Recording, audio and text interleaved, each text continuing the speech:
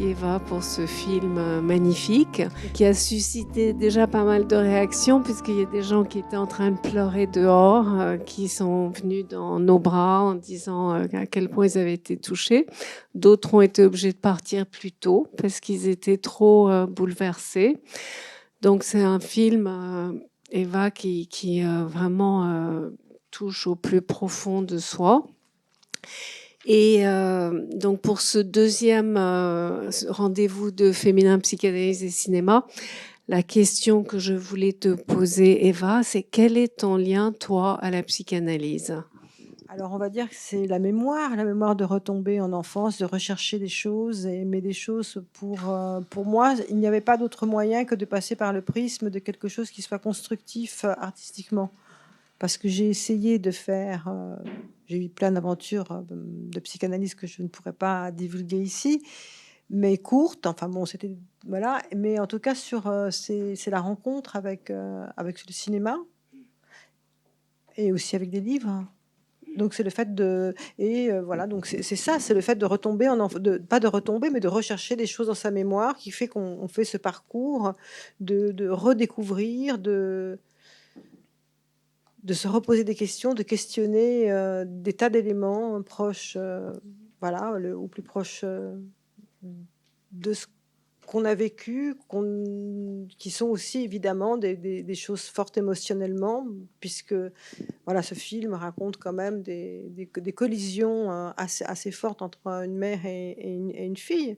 Donc, comment est-ce qu'on arrive en fait à extirper des choses qu'on ne peut pas dire pendant très longtemps et que tout d'un coup, ben, on se dit, ben, on va quand même arriver à les dire et il faudrait quand même qu'on puisse le dire et comment on va les dire et quelle forme ça pourrait prendre. Donc j'ai pensé que la forme du film, effectivement, était la meilleure des choses parce qu'il y a une forme de reconstruction, en fait, dans le processus à la fois artistique et psychanalytique des choses. Ça reconstruit, en fait, parce qu'on se reconstruit. Et je pense qu'en se reconstruisant aussi, on pose aussi des questions aux autres.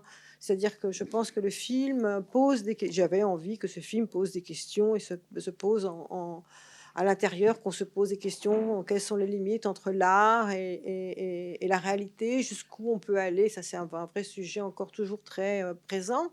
Mais moi que j'ai vécu vraiment, et donc je me suis dit, mais comment je vais arriver? Parce que là, on voit un film qui est fait, mais comment on fabrique un film après? Bon, ouais, ça a été très compliqué. Pour moi, ça a mis très très longtemps. Je voulais juste dire, voilà, donc c'est ça, quoi. Donc voilà. Oui, puisque le film est inspiré donc de ta vie, hein, et tu disais toi-même que tu l'avais composé comme un conte. Bah, disons que moi, les premières choses que j'ai écrites, et qui pour moi me semblaient essentielles, je me suis raccrochée à deux éléments qui étaient vraiment 2 scènes. C'est la scène quand elle se bagarre et que la petite fille dit: «Je ne veux plus. Je refuse. Je refuse, je ne veux plus». Quand elle affirme sa volonté de sa parole, en fait. Et donc je me suis acc ces 2 scènes ont construit après autour desquelles s'est construit tout le reste du film. C'était les scènes de bagarre, en fait, qui m'ont vraiment déterminée, voilà, véritablement et qui m'ont portée aussi à faire le film parce que je trouvais que c'était important de montrer la parole que pouvait avoir un enfant à dire: «Non, je ne veux pas. Non, je ne veux pas, je ne veux pas», et cetera. Et donc c'était ça Mhm. qui m'a porté à construire le film. C'est 2-3 scènes, en fait, hein. Oui. C'est toujours un peu 2-3, enfin, pas Mhm. tout le temps, mais parfois il suffit de peu pour, Mhm. voilà, c'était cette bagarre-là.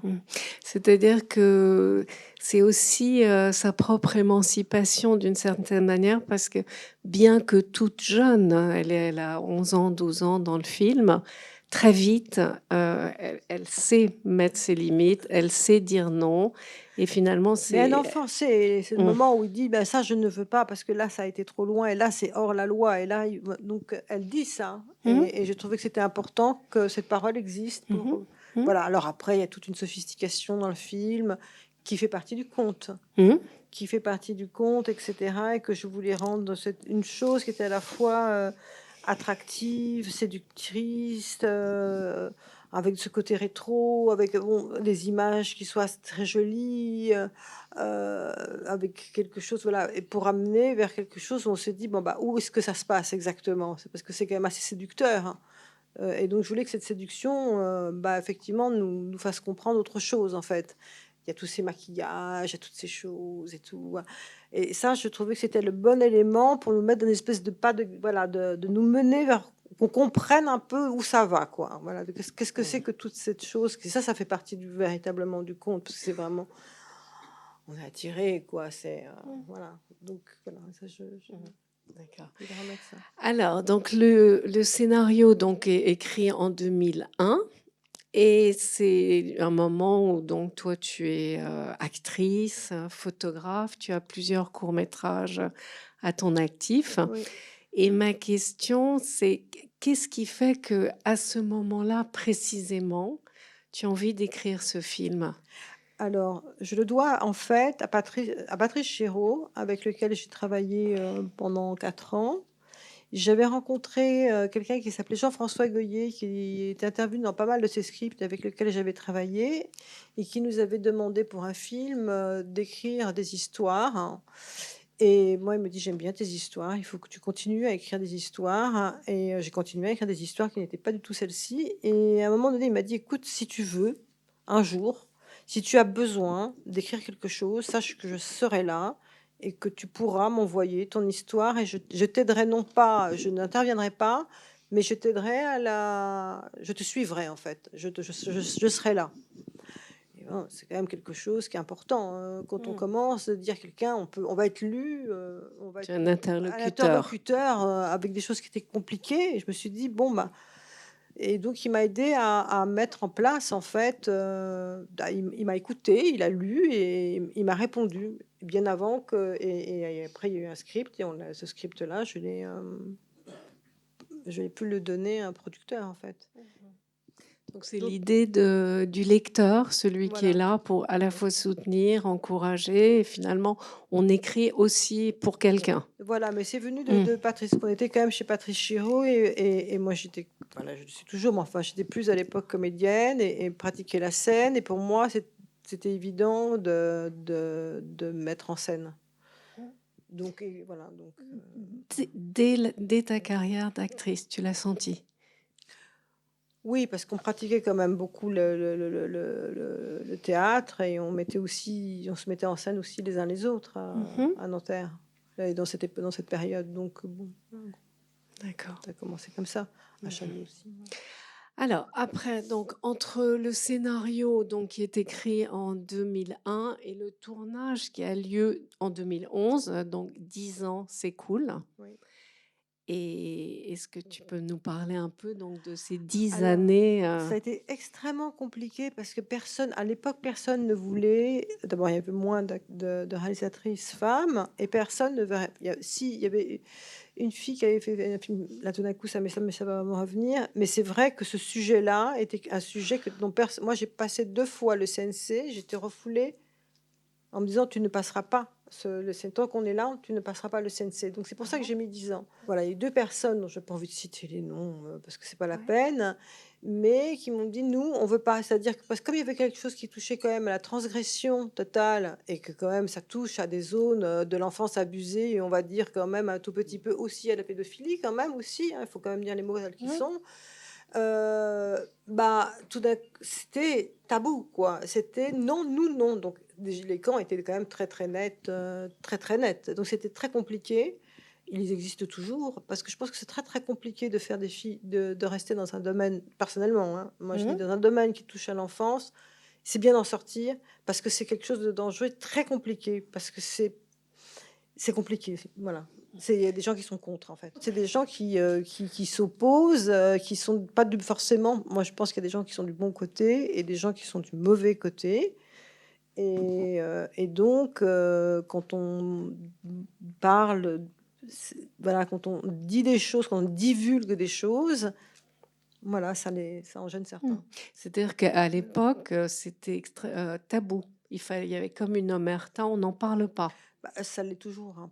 et ça l'est toujours, hein. Oui, on est Mais bien quand d'accord. même, en 2011, tout d'un coup, tu trouves le producteur et c'est à la faveur de quoi finalement?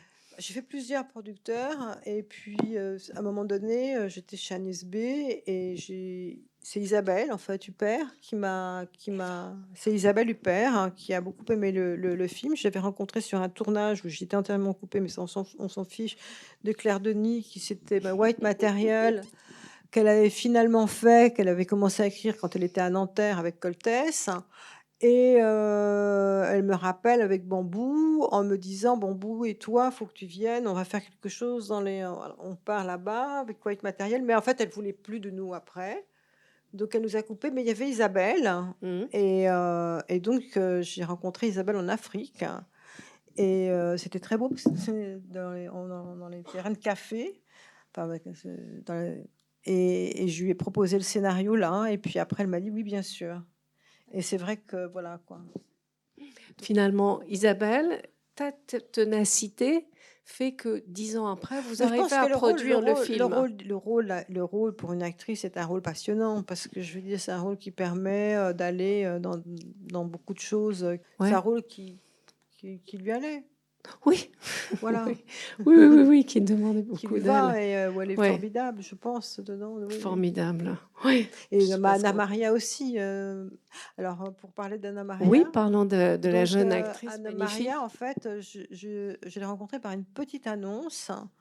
Isabelle Ungaro, qui était la directrice de casting, on a travaillé pendant 8 mois ensemble, mais on n'a pas travaillé que en boucle sur le film. On a travaillé sur le clown, on a travaillé sur Molière, on a travaillé sur les improvisations. J'ai fait venir plein de comédiens pour lui montrer ce que c'était que la scène, pour essayer de lui faire jouer d'autres choses, pour qu'elle fasse la différence et qu'elle ne soit pas enfermée dans le rôle, en fait. J'avais une hantise, c'est que ce rôle, là, ça la stigmatise Anna Maria.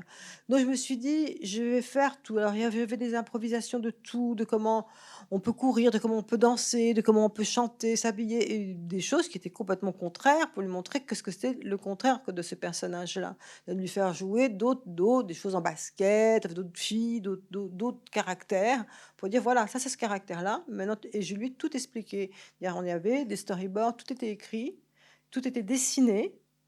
Tout était montré et il y avait non seulement une directrice de casting, mais quelqu'un de la DAS qui était venu et donc toutes les scènes avaient été totalement il y avait aucun moment, absolument aucun moment où Anna Maria n'aurait pu être à aucun moment, piégée dans aucune chose. Tout a été fait, mais voilà, donc on a eu avec Isabelle Ungaro, voilà, ce travail-là et surtout, c'était important de lui montrer que c'était un rôle. Voilà, que c'était un rôle parmi d'autres. Voilà, c'était un rôle parmi d'autres parce que c'est important quand on est très jeune, c'est un rôle qu'elle devait interpréter. Et je lui ai dit, voilà, elle s'émancipe. Et je lui ai montré la trajectoire des choses, etc. Dessiner et bien sûr les images. Et je lui ai dit aussi ce que ça m'avait fait. Mais j'ai quand même laissé l'affect quand même. On a travaillé en groupe. Et donc, pour qu'elle ait, elle, son terrain de jeu et puisse s'approprier les choses, en rentrer et en sortir. Mhm. Voilà. 11 ans. 11 ans, ouais. En rentrer et en sortir.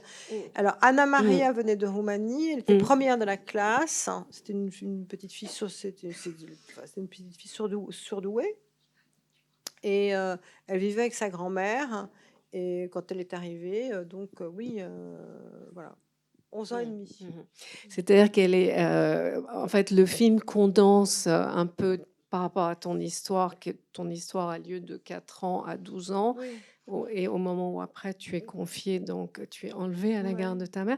Mais donc nous, le film, toi tu commences, donc elle a 12 ans. Et donc là, on a affaire à déjà une enfant qui peut conscientiser et qui n'est pas prise. Disons que c'était la fille, une des petites filles les plus mûres.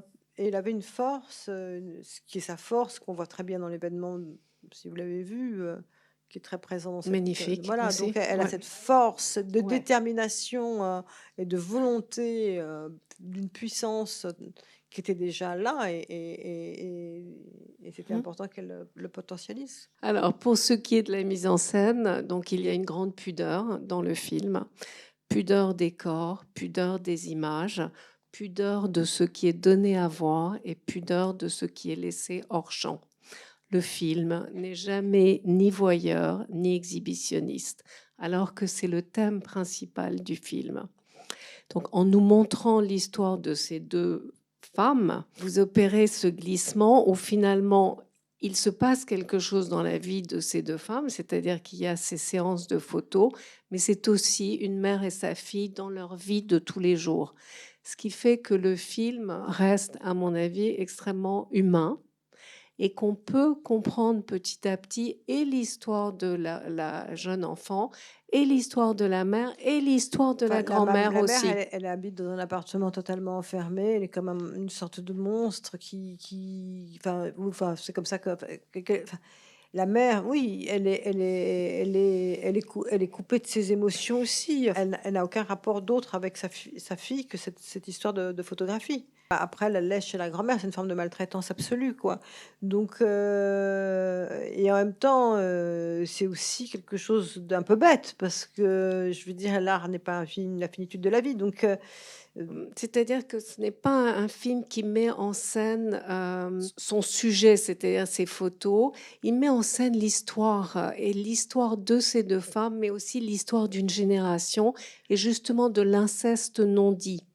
Et donc il y a quelque chose où on est avec deux personnages pris dans une histoire. disons que c'est moi en tant que réalisatrice qui revoit et qui remet en scène, on va dire, enfin, je mets en scène en tant que petite fille ayant vécu ces choses, etc., étant grandie, je remets en scène ce qu'une petite fille a vécu enfermée dans une chambre avec une mère, se voyant dans les miroirs, etc., qui était une chose assez compliquée, etc.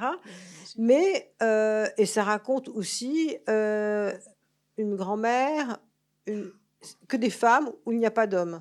Et cette chose excessivement de devoir séduire, en fait, d'être dans une chose qui était d'apprendre la petite fille à séduire, en fait, d'être dans une chose de séduction, de absolument séduire.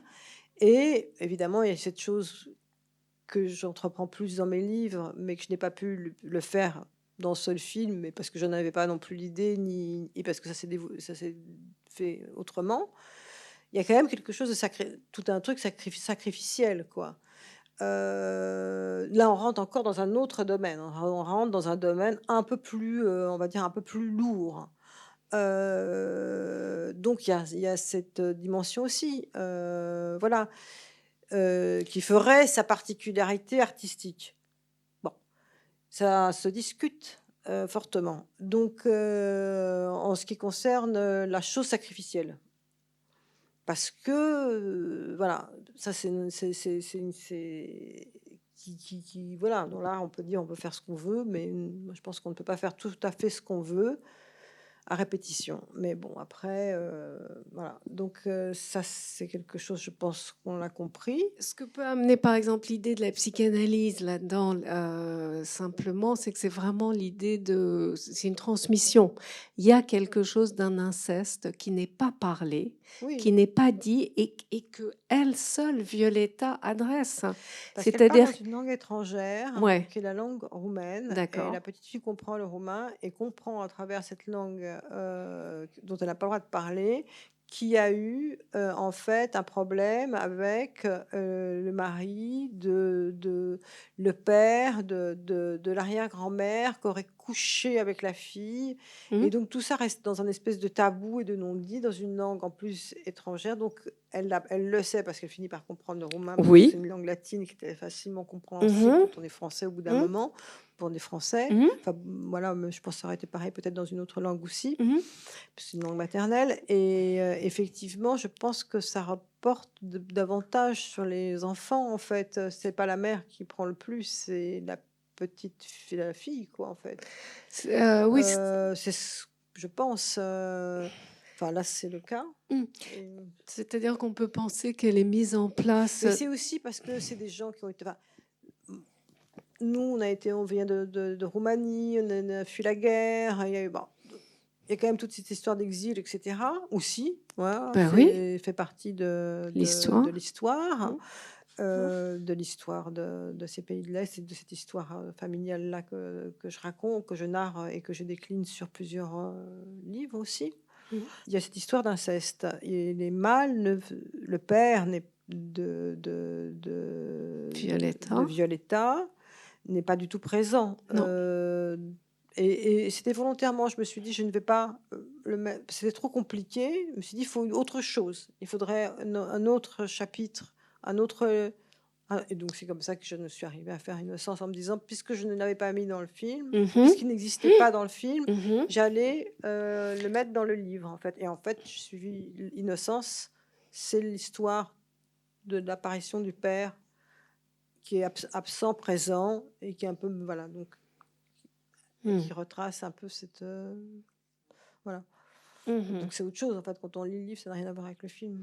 Ce qui est un peu la démarche, souvent le film s'inspire d'un livre. Toi, tu écris le livre, le film, et après, tu as approfondi. Et justement, ça pose la question de ce qui est dissible et ce qui est visible. C'est-à-dire qu'il y a le livre approfondi, Oui. mais par les mots. Oui. Et je trouve ça intéressant que ça soit par les mots et non pas par Oui. du visible, un film. Alors, c'est un peu des deux, parce que dans les films, l'écriture reste assez cinématographique, et en Oui. même temps, il y a des choses qui arrivent, bon, qui ne sont pas du tout de cet ordre-là, puisque je suis entrée dans un autre champ, champ d'écriture, en fait, qui n'est plus autre chose de l'écriture cinématographique encore, et qui m'intéressait, moi, d'explorer, en fait. Le rapport au père, Le rapport au à père, l'absent. au père de la mère, et au père de mon propre père, qui était aussi absent dans Innocence. Donc ça, c'est ça que je décline. Et après, évidemment, dans l'autre roman, ça a été la recherche de la liberté, de l'amour et d'autres choses. Mais voilà, ça va jusqu'à l'adolescence. L'idée, c'était de faire quelque chose qui couvre, qui aille jusqu'à, qui suive toute une vie, quoi. Enfin, toute une vie, oui. Enfance, adolescence, Voilà. et aujourd'hui. Voilà. Ouais. En tout cas, pour ce qui est de la narration, moi j'ai trouvé ce film absolument magnifique. Je trouve qu'il va... on rentre dans, je dirais, l'antre photographique de la mer assez doucement, finalement. C'est pas brutal. Et ce que j'ai trouvé très intéressant, c'est qu'on se rend compte comment est-ce que petit à petit, par les mots et par la manière dont la mère convainc sa fille, mais tout le monde a envie d'être vu comme toi, mais montre-toi, tu es donc très belle. Comment est-ce que petit à petit, elle tisse un peu quelque chose où finalement... Elle ne voit rien. La petite fille ne voit rien, elle n'a pas le droit de voir les choses, elle n'a pas le droit de voir les images, elle n'a pas le droit de voir les choses. C'est un vol, hein, c'est l'histoire c'est quand même une énorme histoire d'un vol, d'un viol, d'un rapt et d'une manipulation. C'est une histoire de... Ça pourrait être un homme, mais c'est une femme. Voilà, donc c'est vu d'une manière féminin. En général, on dit toujours c'est les hommes qui... Voilà, mais là, c'est fait par une femme. Ce qui est encore plus tabou. Voilà, donc qui est encore plus tabou. Voilà, c'est ça. Et donc, du coup, par ce film, on peut observer en fait les mécanismes mis en place pour tisser une relation d'emprise. Et ça, c'est très, très, très, très bien vu dans le scénario. Je ne sais pas si vous êtes d'accord, mais il y a toute la dimension psychologique qui est très, très mise en valeur. Et on sent à quel point est-ce qu'elle essaye de se défendre de ça, comme tu disais. Une mère ne fait pas ça à son enfant. On dit toujours la mère, mais il faut comprendre qu'autour d'elle, il y a quand même beaucoup de gens. On était à une époque particulière. Donc on dit toujours la mère. Bon, mais la mère, elle n'est pas toute seule, parce que derrière un, il s'en trouve 100. Donc, si vous voulez, ça, c'est dans le hors-champ. Puisqu'on parlait du hors-champ. Il y a un hors-champ du film qui peut-être est latent, mais il y a quand même un énorme hors-champ qui montre que, bon, c'est pas... Voilà. Alors, on va peut-être faire tourner un peu la parole. Hein? Est-ce que... Alors, allez-y. On va demander à elle. Allez-y. Merci Eva pour ce film. Moi, j'ai dû le voir il y a longtemps, mais je suis resté stomaqué par le rôle de Anna Maria Bartolomé, parce que je l'ai revu après dans Maria, donc qui joue le rôle de Maria Schneider, qui est aussi un film très fort. Mais là, je voulais en revenir au rôle de Denis Lavant. Denis Lavant. Denis qui On joue le voit, Ernst. on peut le voir comment? Comme un père, un confident, un psychanalyste. Non, c'est un peintre le peintre enfin, une qui maintenant il est décédé, donc je peux dire son nom. C'était le peintre Corneille du groupe Cobra, qui était un groupe qui avait Alechinsky, Karl Appel, etc. Et donc voilà, donc c'est quelqu'un qui a donné le premier appareil photo à ma mère, et bon, ça je raconte l'autre histoire dans un autre livre de cette partie de la famille, de cette branche-là, de ce beau-père. Et donc, il était très amateur d'art africain. C'était un des plus grands à l'époque, à Paris. Il avait une collection d'art africain démente, démente. Et il voyageait tout le temps. Et donc, voilà. Donc, Denis Lavant, il joue un rôle qui ne lui ressemble pas, mais j'aimais beaucoup Denis. Et donc, je trouvais que ce soit bien que ce soit Denis qui le fasse, parce qu'il a cette distance de jeu presque comme du mime, mais en même temps, il sait construire un personnage. Il y a quelque chose de très poétique dans ce que fait Denis Lavant et dans la manière dont il a de jouer, d'interpréter des choses qui ne ressemblent absolument en rien à d'autres acteurs.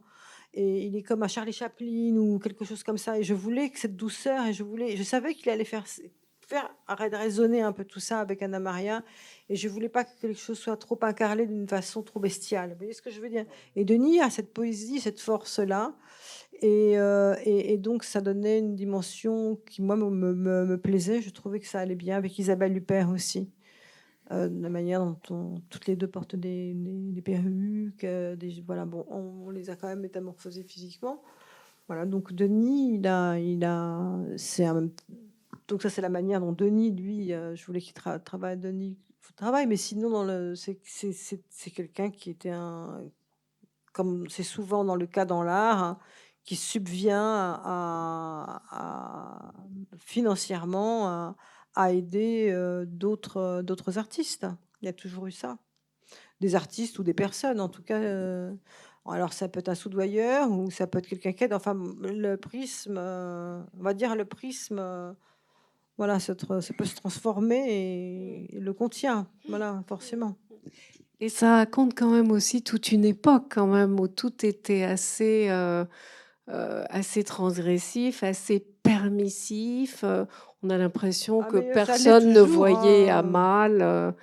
Tu crois? Oui, Moi, je pense que ça l'est toujours. C'est juste que le discours, maintenant, il y a un discours pour quelques personnes qui est tenu, mais rien ne s'est arrêté. En fait, je veux dire, c'est pour moi, enfin, moi, c'est mon sentiment.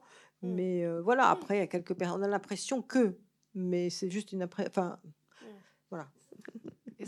Ah, là-bas. Bonjour, merci beaucoup pour votre présence aujourd'hui. Alors, vous avez parlé d'Anna Maria, comment vous avez pris soin d'elle pour l'accompagner dans ce rôle qui est complexe.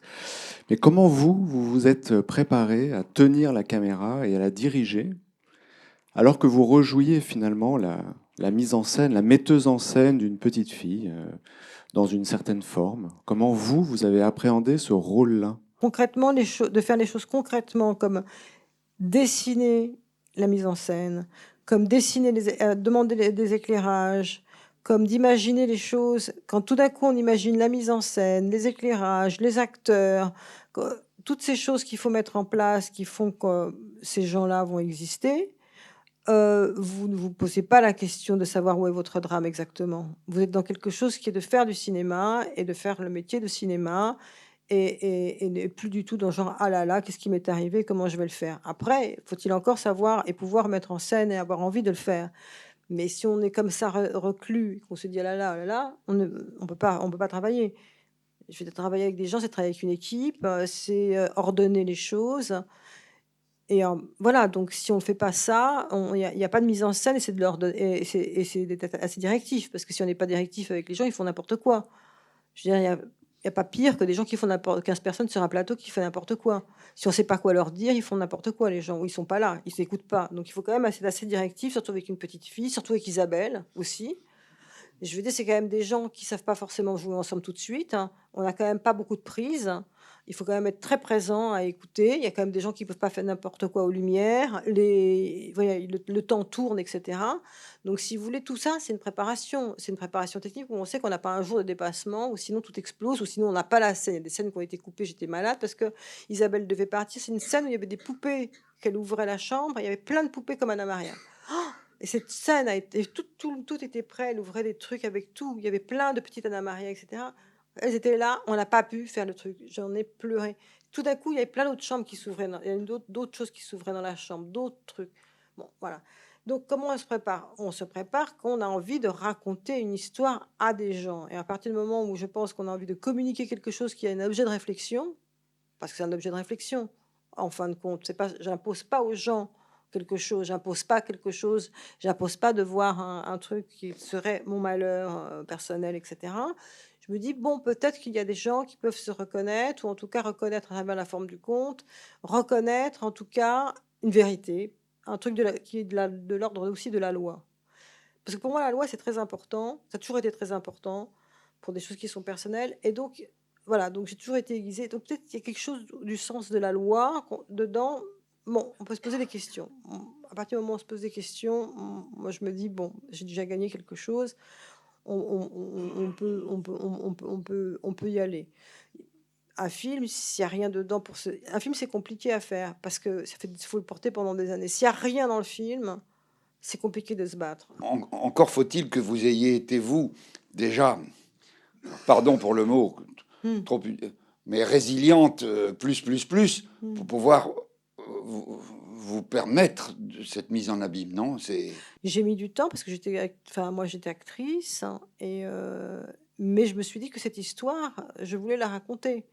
Et que c'était compliqué à faire un film. C'est compliqué à faire un film, et surtout à l'époque, c'était compliqué de faire un film sur ce sujet, etc. Parce qu'on me dit, mais on entend de tout et de n'importe quoi. Et puis d'abord, on me dit, tu sais pas le faire.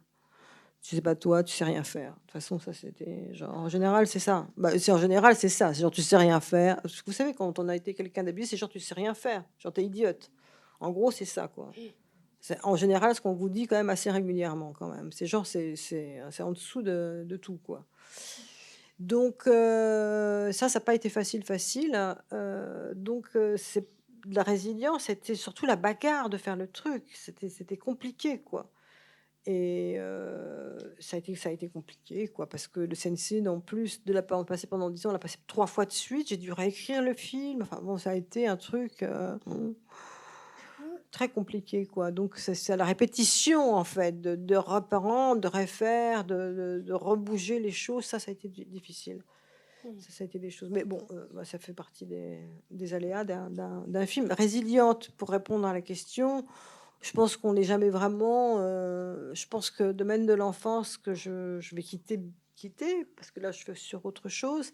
Je suis contente parce que c'est quand même un domaine complexe sur lequel j'ai travaillé, mais c'est un domaine où en fait il y a plein d'autres diables et d'autres démons qui arrivent et qu'on ne sait jamais où il se passe vraiment. Donc c'est toujours compliqué, quoi. C'est-à-dire que ça te tenait à cœur de faire ce film, et même si c'est compliqué à certains moments, peut-être certaines scènes ont évoqué des choses, etc. Non, mais moi, tu sur le étais terrain, portée non, par... non, Tu sur- voulais sur y le aller. jamais. Non, mais on était archi préparés. D'accord. Moi, je suis quelqu'un qui vient du théâtre. J'en ai fait beaucoup quand même, hein. J'en ai fait beaucoup. J'ai commencé le théâtre quand j'avais 16 ans. Je suis sortie à 28 ans du théâtre. Donc, j'ai quand même pratiqué la scène hyper longtemps. Il y avait quand même des gens qui nous apprenaient quand même la distanciation, vitesse. Enfin, voilà. Donc, j'ai vraiment fait du théâtre qui n'était pas du théâtre dans une petite salle. C'était du théâtre avec des proportions qui étaient des proportions de théâtre. Donc, qui force à des formes. Voilà, donc du coup, la tête, le mental, enfin, j'ai appris ça, donc c'est un métier. Donc je sais, voilà, donc ça m'a aidé en fait. Sans doute, je n'aurais pas fait de théâtre, sans doute, je n'aurais pas pu ni écrire, ni faire les films et tout, que c'est un exercice mental comme un truc de gymnastique en fait. Et j'aurais pas pu, parce que c'est de l'apprentissage, il faut prendre la scène, il faut pouvoir communiquer avec les acteurs, leur être calme. Voilà, donc il faut les tenir, il faut qu'ils y arrivent. ça met, enfin voilà, donc ça c'est sûr que voilà. Oui, Donc en fait, c'est parce que c'est sûrement parce que j'avais fait du théâtre avant très longtemps et beaucoup que j'ai pu arriver à moi mettre en scène après faire ce film. Sinon, je pense que j'y serais pas arrivée, tout simplement. Bonsoir, je m'appelle Florentina, je suis comédienne d'origine roumaine. Je viens de la ville dont vous avez parlé dans ce film, de la ville de Constanța. Votre film est très bouleversant, très profond, très triste. Et je voudrais savoir si, parce que vous avez choisi d'être comédienne, d'écrire, de réaliser des films, est-ce qu'on peut dire, après tout ça, que l'art peut nous aider un peu à nous guérir, à nous reconstruire? Est-ce que l'art vous a aidé à vous reconstruire après cette expérience terrible? Oui, l'art aide à vivre, et je pense que le fait l'art et l'envie de faire des choses, et l'envie d'aller vers quelque chose qui est poétique, et l'envie de raconter des histoires et de participer finalement à une chose qui est d'une compréhension commune, de communiquer en fait avec voilà, ça effectivement c'est important, et c'est ça qui est important en fait, parce que c'est ça qui, je pense, qui sera entendu. En fait, je pense que quand je mourrai, on dira pas, bah tiens, il y a qu'une petite fille qui a été abusée. On va dire qu'elle a quand même fait des livres et des films, et qu'elle a raconté des histoires on comprend. Pas simplement, dans mes livres, il n'y a pas simplement cette histoire-là, il y a plein d'autres histoires. On se concentre pas que l'histoire entre la mère et la fille. Il y a, dans mes autres livres, il y a des histoires d'amour entre des garçons, des filles, des grands amours. Enfin, j'ai décliné après les choses sur dans d'autres domaines, puisque j'ai agrandi en fait. On peut dire que c'est proustien parce que c'est facile à dire, mais oui. Après, il y a l'histoire avec mon ami homosexuel, avec tous ses camarades. Après, la recherche de l'amour. Et il y a d'autres problématiques qui s'imposent, qui n'appellent pas simplement le rapport mère-fille, mais aussi l'histoire de la liberté, l'histoire voilà, du corps, l'histoire de la sexualité, l'histoire de savoir après quel engagement on aura ou pas, parce qu'il y a l'histoire de l'engagement aussi qui arrive à un moment donné. Et donc, ils sont aussi des questions plus philosophiques. Et donc, la petite fille, elle grandit, elle se pose des tas de questions. Donc, le truc, il est déplié quand même. On reste pas que sur le traumatisme je ne voulais pas rester que sur le traumatisme, ou en tout cas que sur la petite fille qui se fait photographier. Je l'ai déployée, et cette petite fille, elle grandit à travers la livre. Il lui arrive d'autres choses. C'est-à-dire qu'elle n'est pas stigmatisée non plus dans mon intérieur. Ce n'est pas stigmatisé simplement sur ce film raconte ça, mais dans mes livres, je raconte autre chose. Après, il y a aussi des aventures, où on en parie, etc. Bon, il y a d'autres éléments qui rentrent en ligne de compte, qui sont... il y a d'autres pièges, il y a d'autres épreuves, on va dire. Parce qu'il y a toujours des épreuves, en fait. Donc, c'est plutôt sous forme des épreuves à aborder, des épreuves de la vie à aborder, toujours différentes, que je m'emploie jusqu'à maintenant à adresser les personnages dans un monde qui est dans un monde d'épreuves en fait. Donc ça se passe dans un temps qui est les années 80, mais ça pourrait se passer maintenant, parce que je tente à chaque fois d'avoir des questions qui résonnent avec aujourd'hui. Même si par moment, voilà, la mise en scène pourrait paraître rétro, on va dire. Voilà. Peut-être qu'aujourd'hui, je ferai pas le film aussi rétro que ça. Je sais pas. Voilà, ça c'est une question, mais bon, après tout, on avance. Oui, c'est-à-dire que sa vie ne s'arrête pas là. C'est un moment de sa vie, et la vie se déploie et tout. Et il ne s'agit pas de l'étiqueter ni de la fixer à cet endroit. Voilà, donc elle vit. Mais c'est vrai que malgré tout. Oui, mais le film, c'est vrai que le film a eu plus de retentissement que les livres, parce qu'il a fait le tour, il a voyagé, il a été dans plein de pays, il a eu des prix ailleurs, etc. Donc, et que les livres, bah, c'est l'économie d'un livre qui raconte 3 choses, et puis voilà, et ça c'est resté plus, pas du tout confidentiel, mais ça n'a pas, voilà, c'est autre chose. Mais c'est un tout. Excusez-moi, bonsoir. Merci beaucoup. J'avais une question en lien avec ce que vous disiez au niveau contemporain. Moi, la scène qui m'a beaucoup marquée aussi, c'est à la fin, de voir ces petites filles, jeunes filles qui s'habillent en serpillière, qui est la protagoniste qui se coupe les cheveux, enfin qui voilà. Et voilà, moi ça m'a beaucoup émue parce qu'effectivement aujourd'hui l'aide sociale à l'enfance, voilà, le lien que je ferai avec pour montrer la contemporanéité de votre film. Et voilà, ces filles, ces jeunes filles qui s'habillent en serpillière, c'est quand même une image, enfin si je me trompe pas, hein, mais moi en tout cas qui m'a beaucoup impacté, comment elles se vivent comme des déchets éventuellement. Oui, et puis c'est l'idée aussi d'enlever complètement cette sorte de féminité qui lui a été mise dessus pour plaire, et d'être un objet de séduction, quoi, en fait, que ce ne serait que ça, en fait. Enfin, c'est une bagarre avec ça aussi, mais je pense aller encore. Mais dans mon dernier livre, je parle beaucoup dans Grand Amour, des grands moments, des grands passages, enfin de plein de passages dans l'aide sociale à l'enfance, dans les DAS, avec d'autres jeunes filles aussi qui ont d'autres problèmes, enfin d'autres caractères. Et oui. Bonsoir, merci de ce joli film, ce beau film. La psychanalyse, c'est souvent l'appel de mettre un terme à certaines répétitions. Et dans une autre vie, j'ai fait des films, j'ai écrit des textes. Et en fait, le moment où je savais que j'allais terminer un texte ou un film, c'est le moment où je retrouvais l'émotion du tout début, celle qui avait appelé l'envie de faire ce film ou ce texte. Et donc je me demandais quelle était la boucle que vous aviez envie de parcourir. Et puis il y a quelque chose qui m'a interrogé. Je pense que c'est pour partie fortuit, mais le premier rôle d'Isabelle Huppert, c'était dans Les Valseuses. À la fin, le rôle de cette très jeune femme qui part avec... La mère de ses parents, elle se barre avec les gars. Ouais, c'est très Merci bon. Fabrice. Ouais. Et donc voilà, je me demandais quel était le rôle de cette répétition, de rejouer quelque chose. Mais je ne rejoue pas quelque chose, parce que voilà, c'était beaucoup plus compliqué que ça. Moi, j'ai dû faire un travail d'affinage, comme on affine quelque chose.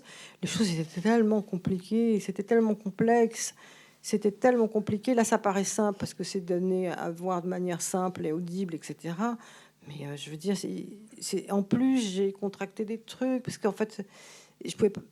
Ça a été compliqué de me dire comment est-ce que je vais raconter ça dans un film qui va faire 1h30, en fait.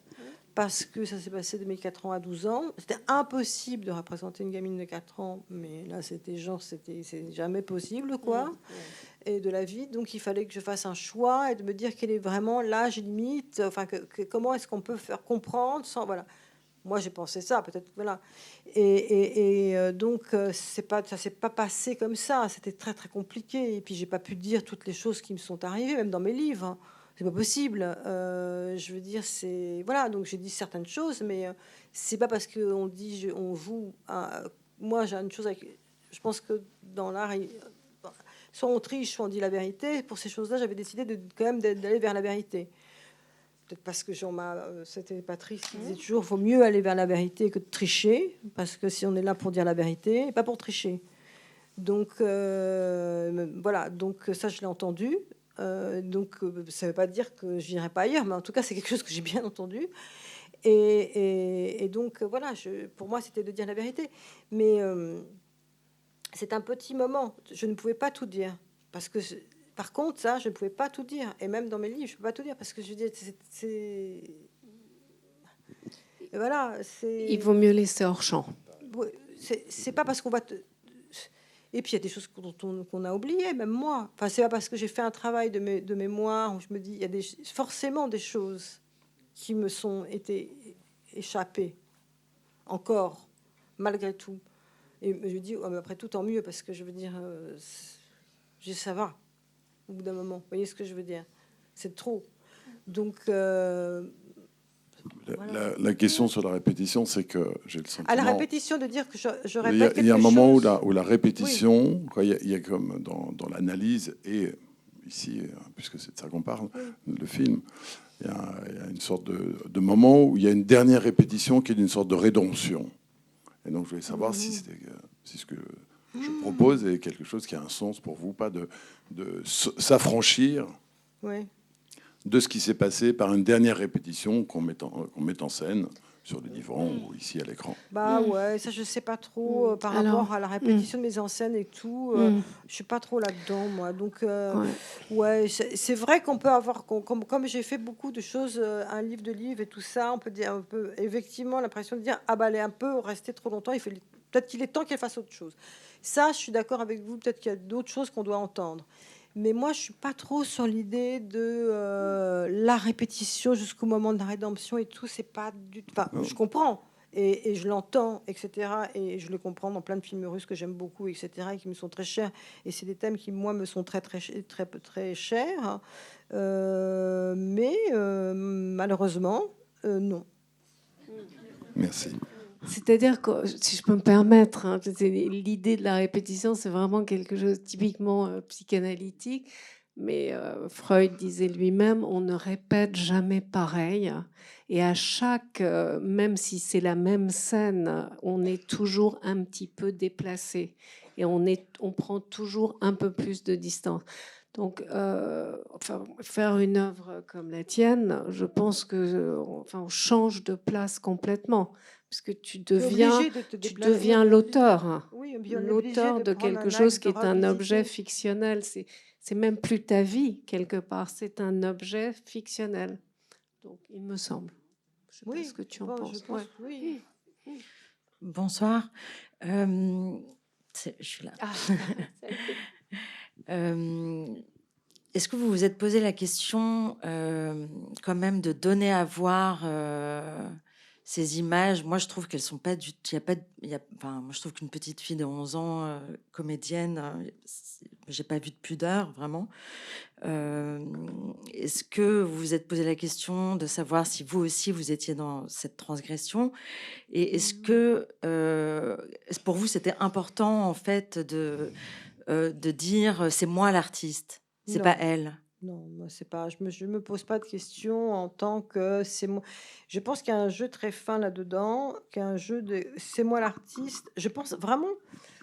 Maintenant, on peut pas dire oui, bon, alors elle a 11 ans, peut-être il fallait qu'elle en ait 13, ou peut-être qu'il fallait. Je sais pas, je pense que c'est peut-être aussi à Anna Maria de parler de ça, aussi de la manière dont elle a vécu ce film. Je pense qu'Anna Maria fait une carrière formidable et qu'à chaque fois, elle cite ce film comme étant quelque chose qui a été formateur dans sa carrière et qui l'a aidé à faire d'autres films. Moi, c'est ça que je vois. Moi, je vois qu'elle n'est pas sortie cabossée. Non, je parle pas tellement de la comédienne. Oui, mais c'est important parce qu'on parle vraiment en ce moment des comédiens, de ce qu'ils ont vécu en tant d'objet, quelque chose de transgressif et qui aurait pu les détruire. Non, c'est pas ça que je voulais dire. Ce que je voulais dire, c'est votre mère a donné à voir ces images. Pourquoi est-ce que vous avez eu le besoin de donner à voir ces images à votre tour? Alors moi, je vais faire un truc un peu bête parce que c'est maintenant, donc je vais faire un exemple un peu bête. Pourquoi?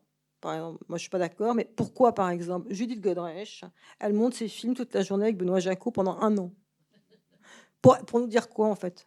Pourquoi elle a fait ça? Et qu'est-ce que j'ai fait? Faut quand même à un moment donné se mettre d'accord.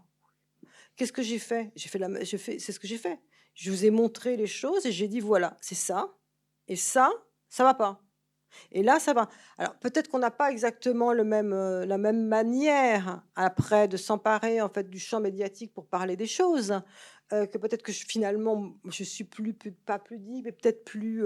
Je sais pas. C'est une question de caractère. Je suis quelqu'un d'assez timide en fait. Je suis quelqu'un d'assez timide, même distraite, extrêmement distraite. J'en reviens même à oublier. Voilà. Elle n'est pas distraite. Elle n'est pas timide. Et tant mieux pour elle, et tant mieux pour tout le monde. Mais voilà, donc qu'est-ce qu'elle fait, Judith?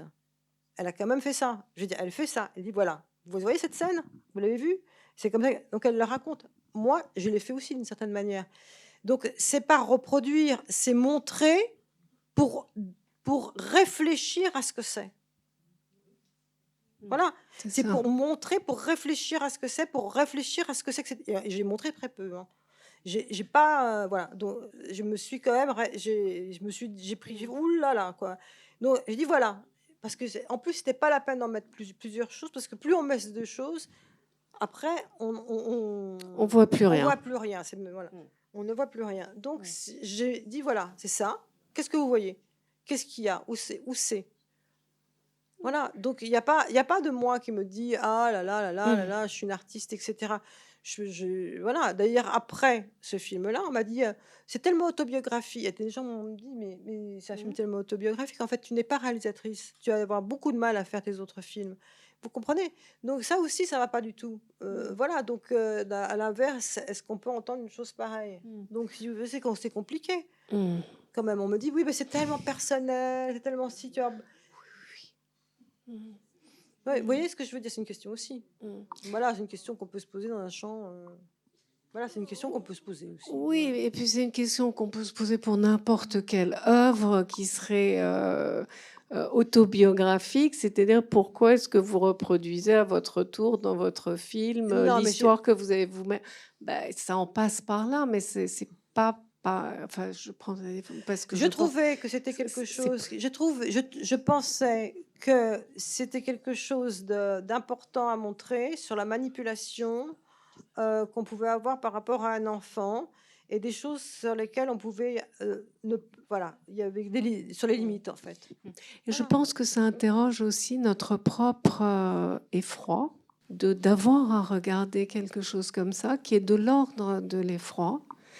Et alors, on va dire plein de choses, l'artiste, mais en fait, ça arrive. L'abus existe, des gens abusent des enfants, et là, on y rentre. Alors, on peut se voiler la face ou penser à plein de trucs, mais je trouve que le film est quand même fait de manière très intéressante et quand même assez pudique, contrairement à ce qui se passe en vrai, et peut-être qu'on peut être des adultes et regarder que ça arrive. Voilà.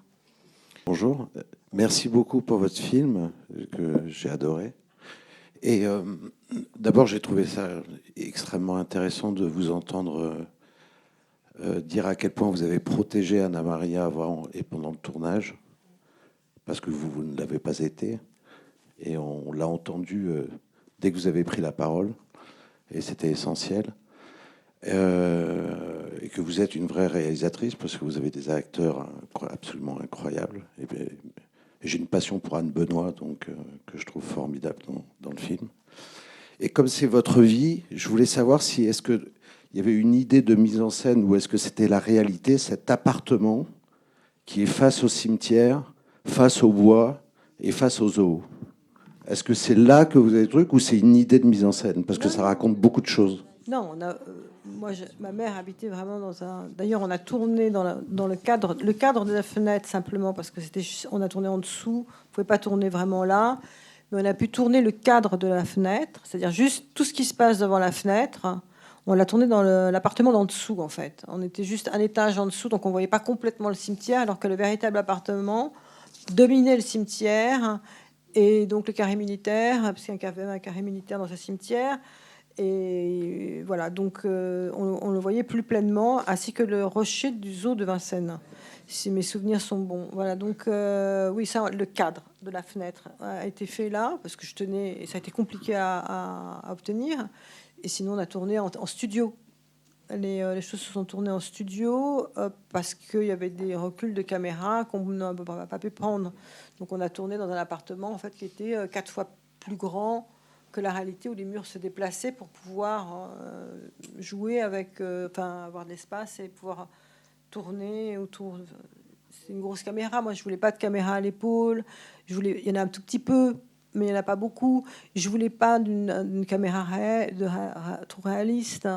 Je voulais des petits bouts, donc on a quand même je voulais qu'on glisse, je voulais des panneaux, je voulais certains mouvements de caméra et pas d'autres, parce que je voulais un film qui soit construit avec c'est comme ça, et donc ça exigeait un plateau.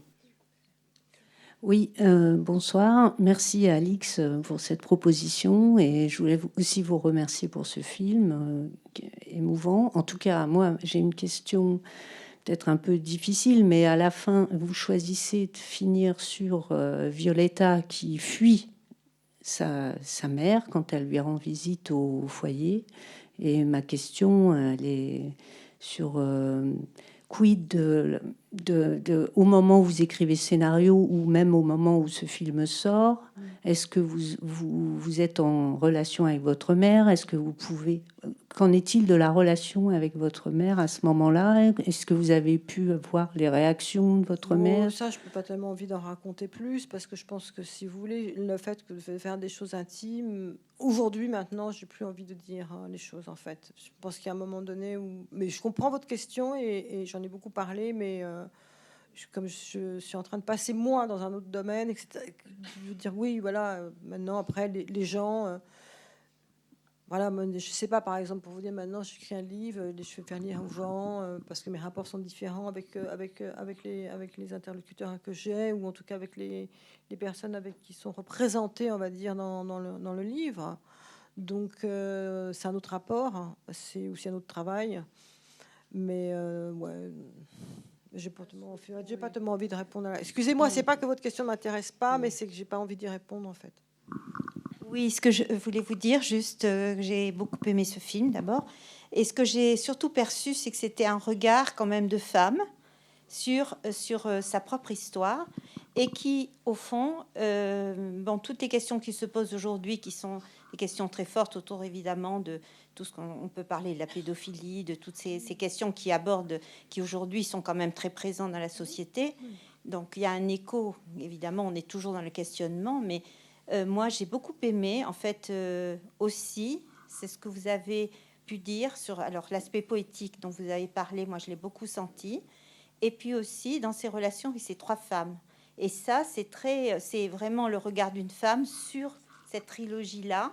En plus, bon, vous en êtes je veux dire, la protagoniste quelque part, mais il y a et le regard que vous portez sur cette terrible histoire en soi. Elle est justement pas du tout voyeuriste. Elle est justement très très raffinée. Et bon, elle d'autant plus, je dirais, elle est extrêmement cette délicatesse qui est portée à ce regard, justement, en fait justement sa profondeur et en même temps on en est étreint. Je veux dire, il y a là vraiment c'est quelque chose de très sensible et justement un sujet aussi dur.